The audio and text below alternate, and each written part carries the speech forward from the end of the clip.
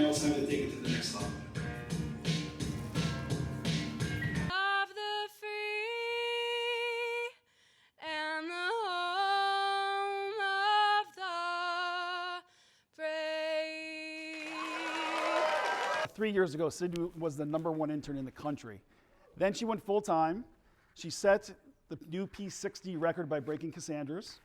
Then a year later, Ariana shows up and breaks that record, and she's the new P60 holder.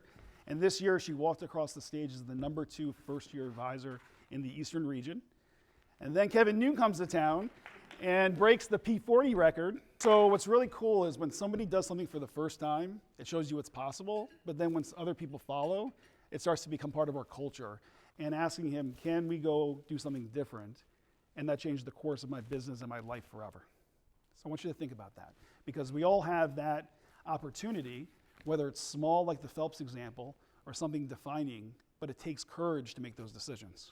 And we focus on this one thing to do better, and then it becomes a habit. And then when it becomes a habit, it creates extra capacity to do another thing. And then you build up habit and habit and habit, and all of a sudden they're all working in sequence with one another.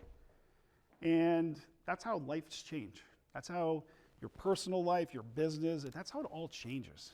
A small snapshot of the fact that what I care about is what's important to this client, how do we get them there, how do they have a great experience, and how do we make that scalable. Process goals are defined by the things that you can control. Here is a list of process goals.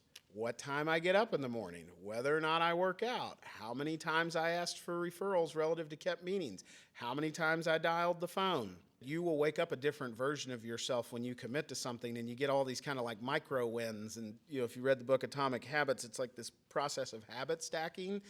And you wake up a different person in a different reality, because all of a sudden for the first time in your life, you're the type of person who says, I'm going to do something, and then does it. And that's when you know you got a habit.